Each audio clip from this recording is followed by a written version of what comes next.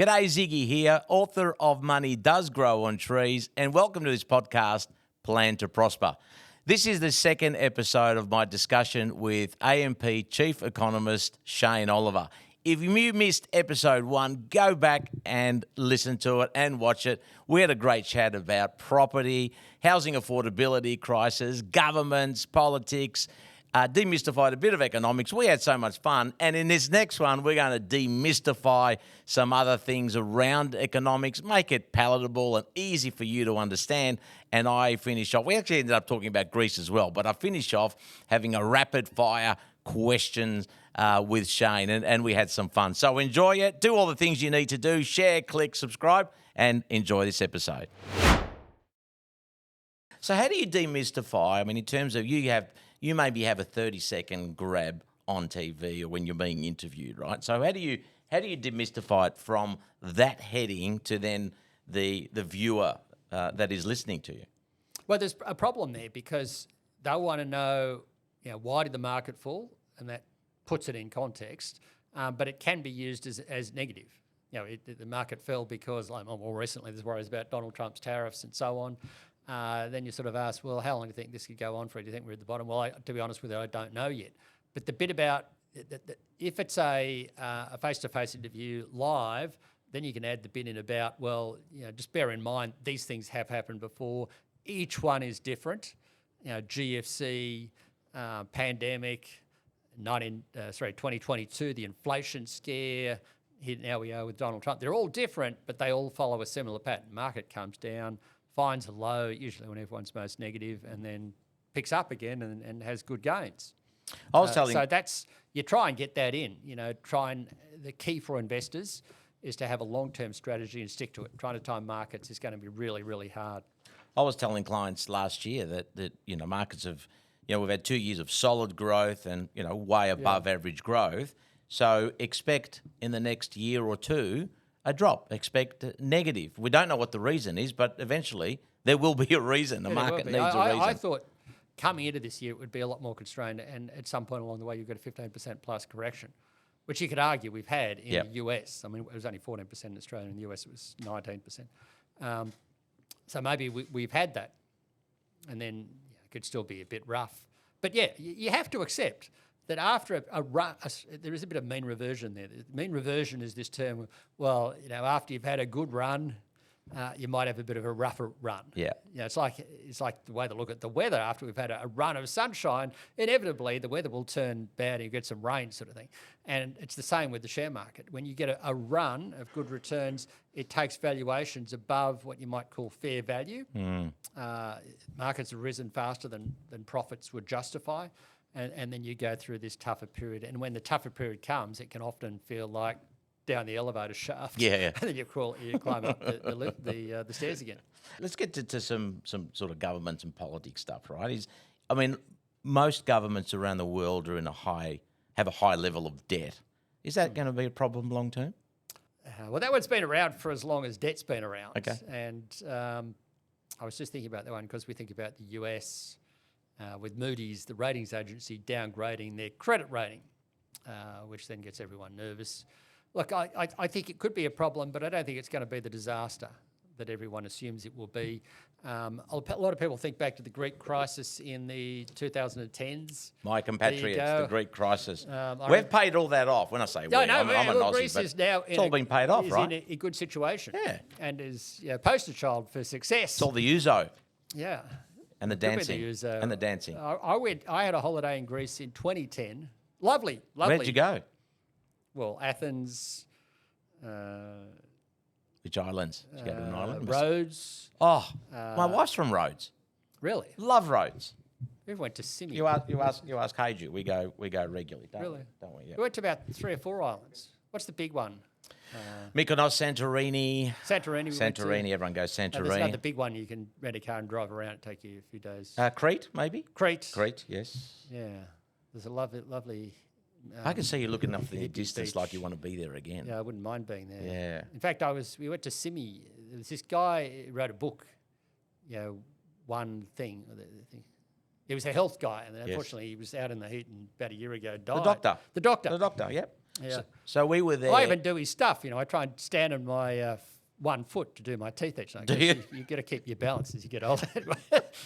I have an apple a day. Core strength. Core I strength. want to look like you when I grow up. Yeah. Like you're very core and you're very lean. But that doctor was in Simi, and we were there about 3 months after. Yeah. And so we were asking the locals and talking to them and saying, "What do you think?" And a few of them were like, "Yeah, it's unfortunate." Others were saying, "Well, he asked for it. He went. It was 40 degrees, and he went no phone, no water, and he went in the middle of nowhere. And it gets pretty hot. Yeah. Simi is a very hot island. Well, that's what I noticed about it. But it was a lovely place to go, and I want to go back there. Yeah. But this was the start of things going downhill. 2010. Yeah. The initial problems were in 2009, late 2009. Oh, here we go again, blah, blah, blah.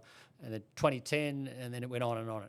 Greece got into trouble because it had spent too much, some debt had been covered up and so on, and it didn't have its own currency, it was tied to the euro. So normally what would happen is the currency would go down, this is getting technical here, and then you'd trade your way out of it. But that couldn't happen in Greece because it had borrowed in euros, and the euro currency was quite strong at the time. So, and then the crisis spread to Italy and Spain, and then now Greece is poster child. It had a swing to the left with Pademus? That was with Syriza. Syriza, yeah, Syriza. Who was Pademus? They were the guys in Spain. Yeah, I think it was. No, we had Syriza, which was a real, far left. Yeah, Syriza. Yeah, that's them. Syriza. I pronounced them incorrectly. Yeah. But if you think about the US, I think there is an issue there. They do have too much debt, and Donald Trump, to some degree, is threatening the belief of foreigners in the US. There's this thing called US exceptionalism, and US is able to borrow relatively cheaply because it's a reserve currency. If Donald Trump keeps doing these erratic things, I'm going to put a tariff on Europe of 20%. If he keeps on doing it. Yeah. You mean, If he keeps it, you mean he will? We will. Well, is it 20%? And then, no. Okay, we're going to delay it till July 9th. Oh, sorry. It's going to be 50%, and it's starting in June. Oh, no, okay, we'll delay that. And then it keeps flipping and flopping, going all over the place and doing other things, then that could have a negative impact on foreigners' perceptions of the US. And therefore, foreigners would say, well, okay, if you want to give us, because 20, 30% of US public debt is held by foreigners, Japanese, Chinese, and so on. The Chinese are already moving away from it. If you want us to keep funding your deficit, and you want these big tax cuts and other things, then we're going to demand higher interest rates from you, and that could be a problem on Trump. But at the end of the day, they do have, this is a federal government, so they have power to raise taxes. Taxes in the US are a relatively low share of US GDP, so if there was a real crisis, they could raise taxes to pay off their debts, and they are borrowing in their own currency. They're not borrowing in someone. This is not Argentina. Borrowing in US dollars. This is the US borrowing in US dollars. So it can cause volatility in markets, but I don't think it's going to cause a terminal crisis. And I would just remind you, the debt clock in Times Square that we all think of, anyway, I do, that was there since 1989. 1989. Yeah, it's been around for a long time. Right. And, Okay. and I do think so everyone's used to just keep on going up. It does keep on going up, and they should get it under control. Yeah. It's the same in Australia. We should get it under control. Although Australia's our gross debt is 50% of GDP over there. In the US, it's 125%. So it's a lot worse over there. Now down here in Victoria, you've got a problem. Well, we've got a lot of debt. Yeah, there's a lot of debt down and here in we Victoria. don't have much. We don't have any assets to sell off to pay for it. But it's. I was a bit depressed with the budget last week. Yeah. That there was more handouts, and I love. Everyone wants to help families. You all want to do that, but the trouble is, it could potentially come at the expense of families in the future because they will have to service the debt. Kennett got you out of it by selling stuff, and it actually, Victoria was regarded as a rust bucket state along with South Australia. Rust bucket state. You used to build Holdens, and I love Holdens, so I don't know why I called it a rust bucket. But I come down here and I see the place they build Holdens, or Fords and those sorts of things, and I kind of think it would be nice to go back to that. Yeah, you might have done that. A lot of Victorians could have found themselves building Fords and things. Yes. Well, there was a lot north and down in Geelong and a whole range. Now you see them come in by your ship on the docks, and there's thousands and thousands of Toyotas mainly. But the thing is that Kennett reinvigorated the state, with the freeway system, by selling all the assets off. A lot of people hate that, but I reckon it got Victoria going again, and it had a great run. And unfortunately, it's sliding back again with all this debt. You've got It just leaves less flexibility. I don't think it's going to cause a massive crisis, but it can mean a burden on future generations. Changing gears a bit, there's you see a lot of money going around, or you know of a lot of money. When I say you know of a lot of money, right? You see the economy, so you see the macro stuff, and you know your average person doesn't know about the money markets and hedging and futures and all of that going on. Why would they want to know that? Yeah, well, That's too confused. are there a few groups or a few, not, I wouldn't say people, but you know, sort of the deep state stuff, but are there a few big groups that sort of have, let's not say control, but an influence on the movement of money? Oh, there are. Yeah. Like big banks and what have you, and big very institutions. wealthy institutions. Yeah. I'm not really into conspiracy theories. Maybe you're going down a path here to say, well, maybe there's a conspiracy out there. I'm not into Zurich or something conspiracies. like that.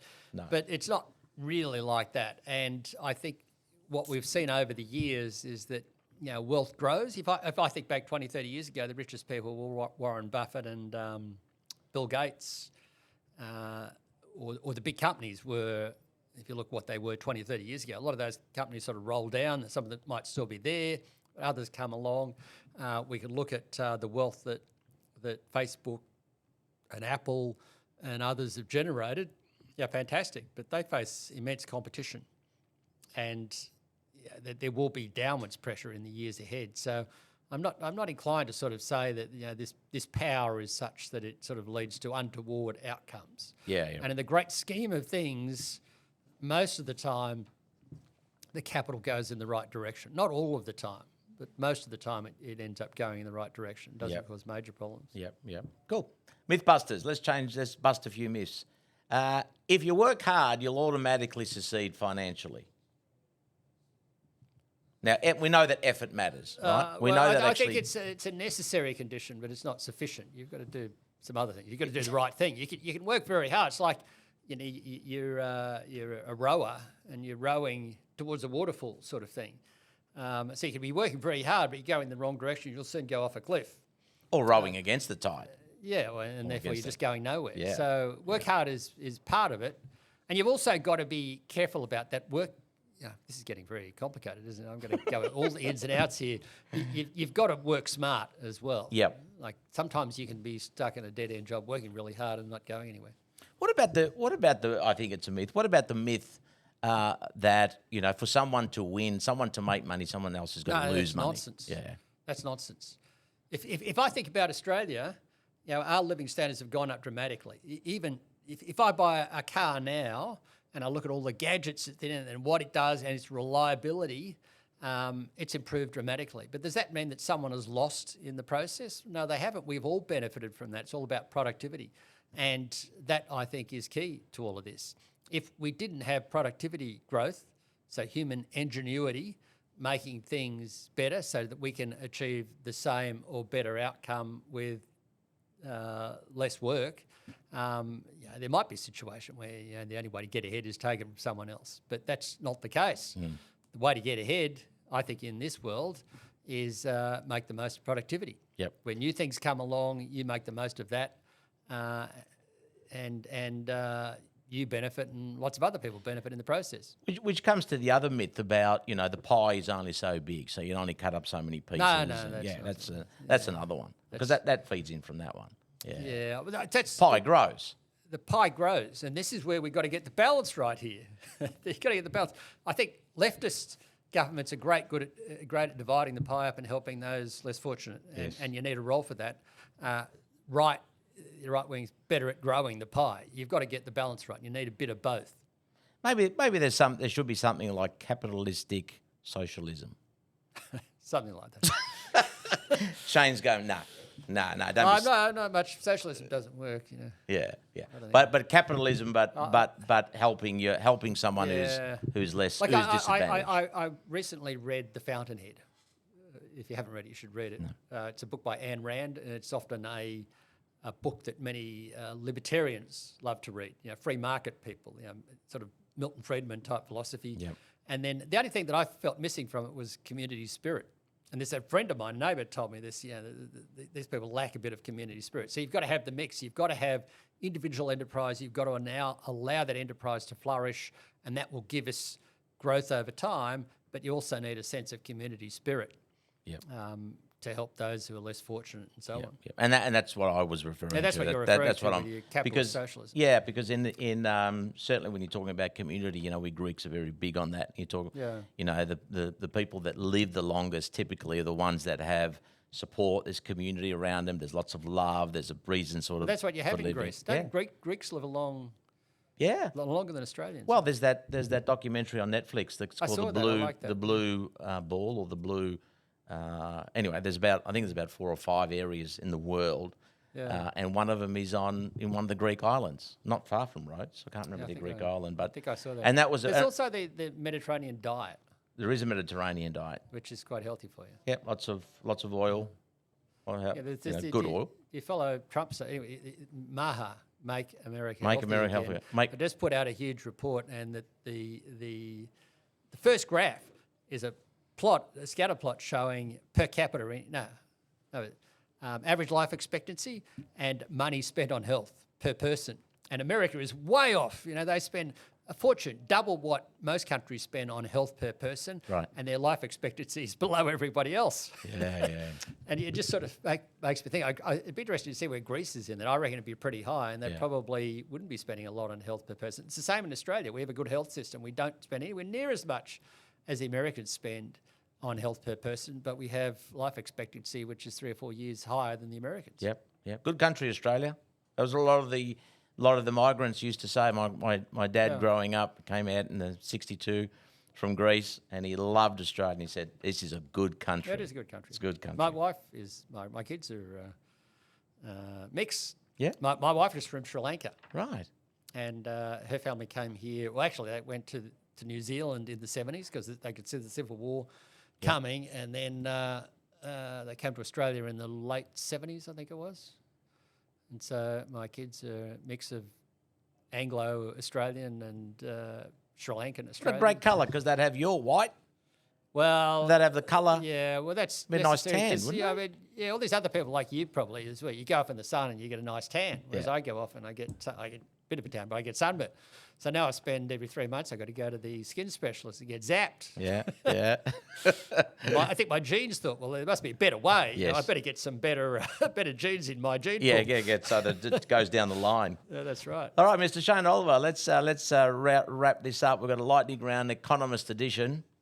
I have, what do I got? I've got 6 questions here. Well, let's see what we can go for. Right.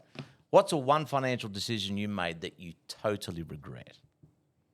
Buying tech stocks in March 2000, virtually when NASDAQ peaked. Yeah, totally stupid. I got sucked in by the crowd. Yeah, don't I know that one. If you weren't an economist, what would you be doing right now? Well, I'd want to be a pop star. Yeah? And I'd want to be like someone like Paul McCartney, where you... Legendary. Well, you can keep going. Yeah. You just churn out an album every so often and... You can keep going in economics. Well, you could, yeah. You can keep going, yeah. Yeah, I could sort of see myself as... I can see you on one of the Greek islands doing an interview. You could. Well, maybe we could do that. Well, we'll day. do one. I think in the next episode. Danny, Rhodes, one of the Greek islands. Gold, Bitcoin, or good old-fashioned cash under the mattress? Which one do you choose? Well, it wouldn't be cash under the mattress. Oh, geez, that's a tough one. Tough one. We got him. Well, I'm a bit of I like to be able to touch and feel things. Sorry, gold, I can touch and feel it. Yep. So I'd probably go for gold. Okay. That doesn't mean that I don't see value in Bitcoin. It's just that I'm probably a little bit more sceptical, although I can see that it's carving out a niche for itself.